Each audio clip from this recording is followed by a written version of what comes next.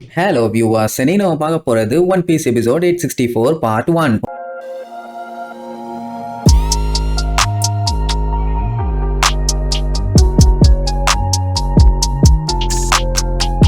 Open பண்ணா போன பாட்டுல நம்ம லூஃபி என்னதான் அந்த வில்லப்பைய கிட்ட நம்ம பைய விளக்கமா தடிய வாங்கினாலும் திருப்பி அவனை அடிச்ச மண்டைய பொழக்காம விட மாட்டேன்னு வெறிகுண்டு நின்னால அந்த டைம் ரெய்லி சொன்னதெல்லாம் யோசிச்சு பார்த்துட்டு பைய ஏதோ வித்தியெல்லாம் காட்ட போறான். அவன் நீ என்ன பண்ணாலும் நீ கிண்ட முடியாதுன்னு டோனட்டுக்குள்ள இருந்து கைய வர வச்சு மறுபடியும் அட்டாக் பண்ணுவான். லூஃபி தப்பிச்சு ஓட ட்ரை பண்ணுவானா குசு அடிக்கிற மாதிரி சொத்துன்னு ரெண்டு கைய வச்சு ஒரு அடி அது வந்து மோச்சிலேயே உருவாக்கி உடனே பைய பாடிய காத்தா ஊதியா இருந்து எஸ்கேப். அதாவது லூஃபி அவனால ஏதாச்சும் முடியுமான்னு ட்ரை பண்ணான், ஆனா முடியல. அதுக்கப்புறம் ஹாக்கி பவர் யூஸ் பண்ணி மறுபடியும் குசுவா அடிச்ச மாதிரியே சொத்துன்னு ஒரு அடி பாடியில புடிச்சு வச்சிருந்த காத்தெல்லாம் புசுவானமா பிச்சுக்கிட்டு போயிருச்சு. அப்படி ஒரு அடி அடிச்சிருந்தா பரவாயில்லையே. அடிக்கிறான் கருணை காட்டாம ரெண்டு கையையும் வச்சு சப்பு சப்பு சப்பு சப்புன்னு அடிச்சுக்கிட்டே இருக்கான். அதுக்கப்புறம் கீழே விழுந்து முடியாம முக்கிட்டு இருப்பான். மறுபடியும் அட்டாக் பண்ண வருவான். ஆட்டம் கொய்யாலன்னு பாடி ஃபுல்லா காத்த ஊதி அந்த காத்த யூஸ் பண்ணி சல்லுன்னு பிச்சுக்கிட்டு எஸ்கேப் ஆவான். இந்நேரம் லூஃபி அந்த அடியில மட்டும் சிக்கிருந்தா கண்டிப்பா சீன் ஆயிருக்கும். இப்ப மேட்டர் என்னன்னா பையன் கொஞ்சம் போக்கஸ் பண்ணணும். அப்பதான் அவன் எப்படி அட்டாக் பண்ண வரான் என்ன பண்ண வரான்னு தெரியும். எப்படி கேப் விடாம அட்டாக் பண்ணானா எங்கத்த நம்ம லூஃபி யோசிக்கிறது. இந்த டைம் என்ன தெரியுமா பண்ணுவான், மோச்சி பிளேடு புல்லட்னு அவனோட விரல நீட்டுவான். ஆஹா இந்த டைம் ஏதோ புதுசா பண்ண போறான் போலன்னு சொல்லி எஸ்கேப் ஆக ட்ரை பண்ணுவான். வழக்கம் போலதான் அவன் எந்த பக்கம் மூவ் பண்ணுவான்னு தெரிஞ்சு ஒரே போடு தெரிச்சிருவான். இப்படியா அடுத்தடுத்து அட்டாக் பண்ணிட்டே இருப்பானா. அட ஒரு நிமிஷம் கேப் கிடைச்சா போதும் ஏதாச்சும் பண்ணலான்னு லூஃபியுமே அவ்வளவு ட்ரை பண்ணுவான். ஆனா அவன் விடுறதா இல்ல. டப்பு டப்பு டப்பு டப்புன்னு அவன் எந்த சைடெல்லாம் மூவ் பண்ணுவானோ அந்த சைடெல்லாம் சுட்டுக்கிட்டே இருப்பான். அந்த மோச்சி பவர்ல ஹாக்கியை யூஸ் பண்ணி அடிக்கிறானா,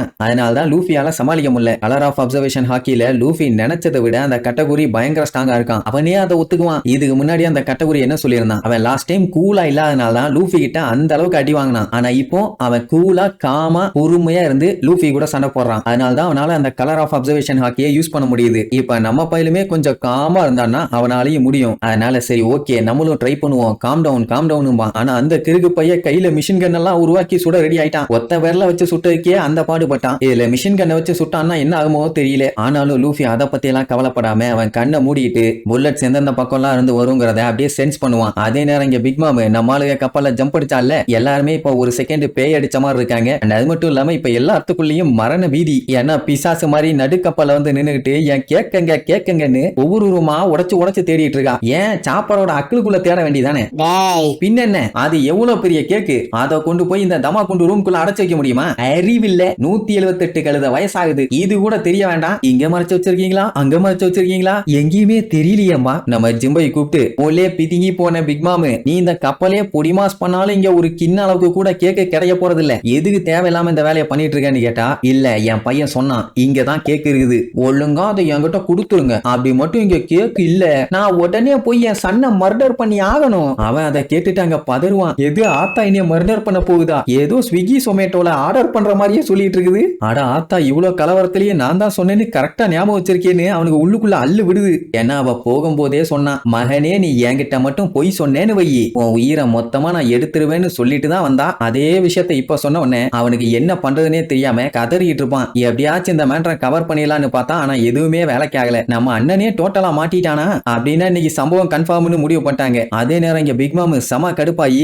என் பையனையா பொய் சொல்றான்னு சொல்ற, உன்னை கொல்லாம விட மாட்டேன்னு வெட்டுறதுக்கு போவான். ஜிம்பை மறுபடியும் ஏதாச்சும் பேசி சமாளிப்பான்னு பார்த்தா அவனுமே சண்டைக்கு ரெடி ஆயிட்டான். இங்க நம்ம ஆளுகெல்லாம் ஐயோ ஜிம்பை வேண்டாம் அவகிட்ட இருந்து எஸ்கேப் ஆயிருங்க உங்க உசுருக்கு தான் ஆபத்தும்பாங்க. பட் இப்போதைக்கு வேற வழியில அவன் சண்டை போட்டுதான் ஆகணும். இல்லன்னா கப்பலையும் காப்பாற்ற முடியாது மத்தவங்களையும் காப்பாற்ற முடியாது. அவ ஒரே விட்டுல உன்னைய ரெண்டா பொழந்துடுறேன்னு கத்திய வச்சு ஒரே போடு. ஜிம்பை அவனோட ஹாக்கி பவரை வச்சு கஷ்டப்பட்டு தடுப்பான். அப்படி அவன் தடுக்கிறத பார்த்துட்டு பிக் மாமோட பசங்க எல்லாம் ஆடி போயிருவாங்க. ஏன்னா அவன் காக்னாக்குங்கிற அவளோட அட்டாக்க அப்சர்வ் பண்றான். அவனால எவ்வளவு நேரத்துக்கு தான் தடுக்க முடியும். அவ பார்த்துட்டு என்னை விட நீ என்ன பயங்கர ஸ்ட்ராங்கா முட்டாப்பாய ஷார்க்கு இந்த வச்சுக்கன்னு சொல்லி ஒரே அட்டி அப்படியே பிச்சுக்கிட்டு போய் கடல்ல விழுவான். சிக்ஸர் ஐயச்சி அடி வாங்கிட்டான் ஜிம்பை. இங்க மிச்சம் இருக்க நம்மளுக்கெல்லாம் பதறும். ஐயோ இனி அடுத்து நம்ம கிட்ட தாயா வருவா, நம்ம ஏதாச்சும் பண்ணணுமே அடிச்சு புடிச்சு ஓடிட்டு இருப்பாங்க. அவ எனக்கு கேக்கு கொடுங்க இல்லன்னா நான் பசிலியே செத்துருவேன்னு சொல்லி அங்க இருக்க ஒரு ரூமை போட்டு நரன்னு அறுத்துட்டு இருப்பான். அமி வந்து காட்டு கத்துவா வேண்டாம் ஸ்டாப் பண்ணுன்னு. ஏன்னா அந்த ரூம்ல தான் கேரட் தூங்கிட்டு இருக்கா. அப்படி நான் ஸ்டாப் பண்ணோம்னா கேக் எங்க இருக்குன்னு சொல்லுங்கன்ட்டு ஒரே போடு